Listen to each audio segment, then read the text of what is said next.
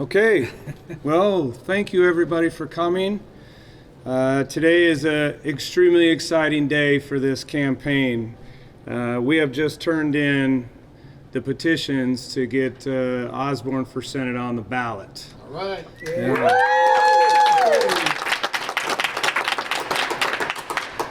So we received 3 times the required amount of petitions to get on the ballot. That's over 12,000, over 2,000 in each congressional district and all 93 counties. So this is a huge feat.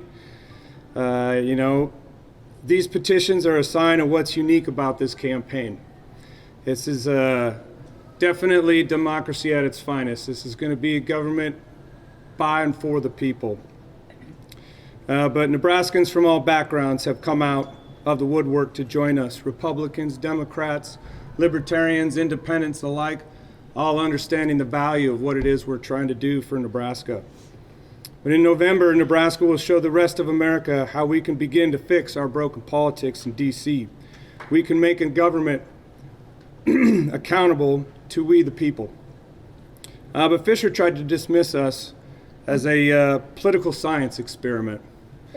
And to that I say, absolutely, that's what this is. The Declaration of Independence was a political science experiment. The Constitution of the United States was a political science experiment. So we're going to take this back to the original lab where American experiment was formed. A government formed by the people again. But truly a campaign of the people, and the volunteers and my staff is really what's powering this as well, and the people all throughout Nebraska. But so far we've done 118 events throughout Nebraska, and our average donation to this campaign is $35. We are not taking a dime of corporate PAC money. All right. That's exactly what's the problem in Washington, D.C. Deb Fisher, the majority of her money comes from corporate super PACs. So we're going to take it away from the corporations and 1% and give it back to the people. But thank you. And I'll take questions if you have any. How do you feel about Deb Fisher kind of turning you down for a debate? Well, you know, the people in Nebraska, debating's as American as apple pie and baseball and politics. And, I've never been in a debate.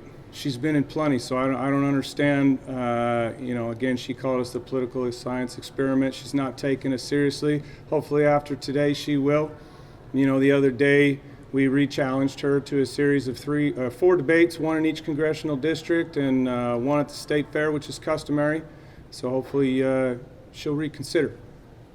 The people of Nebraska, they deserve to know where we all stand on the issues. Dan, your campaign waited a little while to turn in signatures, but when I talked to some of the folks on your campaign, they talked about the need to try to recreate some of the infrastructure that regular political parties have to sign up people and get connected and that sort of thing. Talk a little bit about why it took a little bit to turn in the signatures, why you waited so long, if you can. Yeah, this is a completely grassroots campaign. It started as a political science experiment. It just started with an idea of how we can better serve the people of Nebraska, and it's taken some time.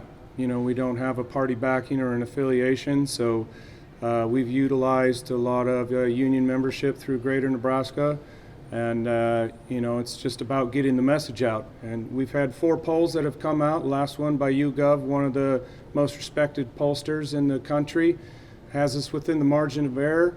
I think down 2, but after positive messaging, I think in that one we go up, don't quote me, all 4 polls anywhere from 15 to 20 points. So that just goes to show if we get our message out, we win, and these people believe in that, and that's what we're going to do. But it's definitely taken some time to build up the coalition. And what do you think it would mean for Nebraskans to elect a nonpartisan, not tied to either side? Well, that would take us back to 1943 when George Norris was the last independent senator from Nebraska that created the nonpartisan unicameral. And it's like I said, this would be a momentous occasion for Nebraska, and it would show the country you know, what we're all capable of, that you don't necessarily have to be a self-funding billionaire to run for office. And it would be my hope that teachers and nurses and plumbers and carpenters and people who slave in front of a computer screen all day could understand they could do the same thing. What don't we know enough to ask you about the race that you think people are missing? That's a good question. Well, I would just say, you know, what you're going to get from me versus Senator Fisher, you're not going to get somebody beholden to corporations. Again, we're not taking a dime. I think it was Robin Williams once said they should be wearing NASCAR jackets with patches of their sponsors so we know how they're going to vote. That's right. Well, these are my sponsors right here. You guys are my sponsors. Everybody's my sponsor, individual people. That's what I want to do.